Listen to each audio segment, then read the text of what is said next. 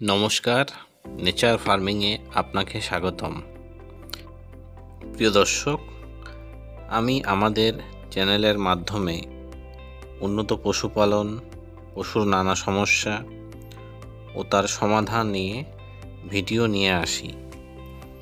আমাদের উদ্দেশ্য পশুপালনকে আরও উন্নত করা। এইভাবেই আজ ছাগলের ঠান্ডা লাগা বা সর্দি কাশি, যেটা ঠান্ডার সময়ও হয়, অনেক সময় এটা অন্য ওয়েদারেও হয়ে থাকে, যেটা ক্লাইমেট চেঞ্জের কারণে বা ছাগলের যে দুর্বলতা তার কারণেও হয়। প্রিয় দর্শক, আজ সেই সব বিষয়গুলি জানব যে বিষয়ের মাধ্যমে ছাগলকে ঠান্ডার হাত থেকে বাঁচানো ও ঠান্ডা লাগার যে দেশি প্রতিকার বা ঘরেলু প্রতিকার, সেই সম্বন্ধে আলোচনা করব। তাহলে আসুন ভিডিও শুরু করি। তার আগে যারা ভিডিও প্রথমবার দেখছেন তারা সাবস্ক্রাইব করুন, সাবস্ক্রাইব করে বেল আইকনে ক্লিক করুন, যাতে পরবর্তী ভিডিওর নোটিফিকেশান আপনি পান।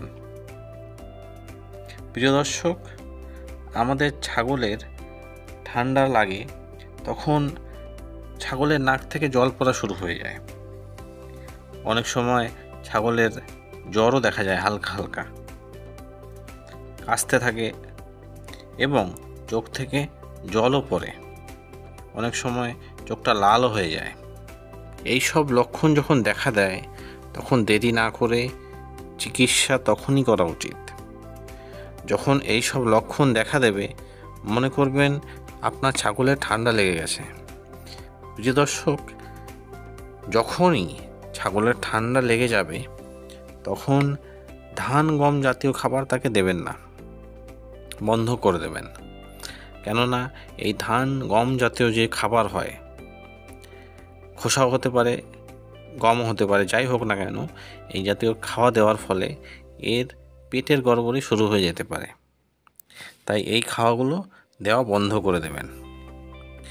এর সাথেই আমাদের যে ঘরেলু চিকিৎসা, দেশি চিকিৎসা, সেই চিকিৎসা করতে হবে। তো এই চিকিৎসা আপনি কিভাবে করবেন? সবার প্রথমে আপনি হলুদ নেবেন 20 গ্রাম মতো, এর সাথে গোলমরিচ 5 থেকে 10টা নেবেন, ছোট এক পিস আদা নেবেন 10 গ্রামের মতো, রসুন নেবেন খোসা ছাড়িয়ে। খোসা ছাড়ানোর পর রসুনের যে কোয়া হবে সেই কোয়া নেবেন আপনি 5 থেকে 6টা মতো। এইসব একসাথে মিশিয়ে কুটনিতে কুটবেন। কোটার পর সেই যেটা কুটলেন তার সাথে গুড় মিশিয়ে ছোট ছোট গুলি বানিয়ে নেবেন। সেই গুলি ছাগলকে খেতে দেবেন, কোনো অসুবিধা নেই, ছাগল সুস্থ হয়ে যাবে। যদি ছাগল খেতে না চায়, উষ্ণ গরম জল করে সেই গরম জলের সাথে আপনি দেবেন, গরম জল দিয়ে খেতে দেবেন, ছাগল আরামসে খেয়ে নেবে। এই ফর্মুলা নিয়মিত দেওয়ার ফলে দেখবেন আপনার ছাগল পুরোপুরি সুস্থ হয়ে যাবে।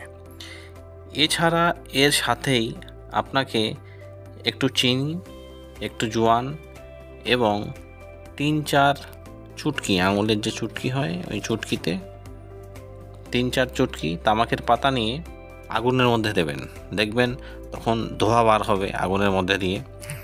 তখন ওই ধোঁয়ার সামনে ছাগলের মুখটাকে রাখতে হবে, যাতে ছাগল যখন নিঃশ্বাস নেবে, শ্বাস প্রশ্বাস নেবে, তখন ওই ধোঁয়াটা যেন নাকের মাধ্যমে তার লাংসে যায়। তার ফলে ছাগলের লাংসে যে ইনফেকশান, সেই ইনফেকশান পুরোপুরি নষ্ট হয়ে যাবে। তার কারণে আস্তে আস্তে ছাগলটা একদম সুস্থ হয়ে যাবে। হয়তো ধোঁয়ার কারণে ছাগলের নাক থেকে জল পড়া অনেক বেড়ে যাবে তখনের জন্য, কিন্তু পরবর্তীতে ওটা পুরো ঠিক হয়ে যাবে। অনেক সময় দেখা যায় ছাগলের সর্দি কাশির কারণে নাক বন্ধ হয়ে যায়, তার নিঃশ্বাস নিতে খুব অসুবিধা হয়। সেই অবস্থায় আপনি কি করবেন? তখন সর্ষের তেল হালকা গরম করবেন, তার মধ্যে একটু সোঁটের পাউডার দেবেন। সোঁটের পাউডার ওই সর্ষের তেলের সাথে মিশিয়ে ওর নাকে কিংবা ওর গলায় লাগিয়ে দেবেন।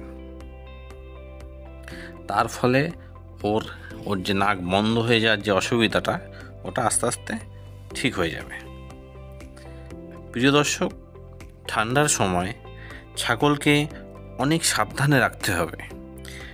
ছাগল রাখার যে ঘর, সেই ঘর রাত্রেবেলায় ভালো করে ঢেকে রাখতে হবে, যাতে ঠান্ডা হাওয়া না ঢোকে। ঠান্ডা যে হাওয়া, সেই হাওয়ার হাত থেকে ছাগলকে রক্ষা করতে হবে। চেষ্টা করতে হবে ওদের একটু গরম খাবার দেওয়ার মাঝে মধ্যে। এছাড়া ঠান্ডা যখন খুব বেশি পড়বে, প্রচণ্ড শীতকাল যখন, তখন মাঝে মধ্যে রসুন 4-5 কোয়া, আগে যেটা বললাম ওই খোসা ছাড়িয়ে যে রসুনের কোয়া, ওই কোয়া 4-5 কোয়া আপনি খেতে দেবেন ছাগলকে।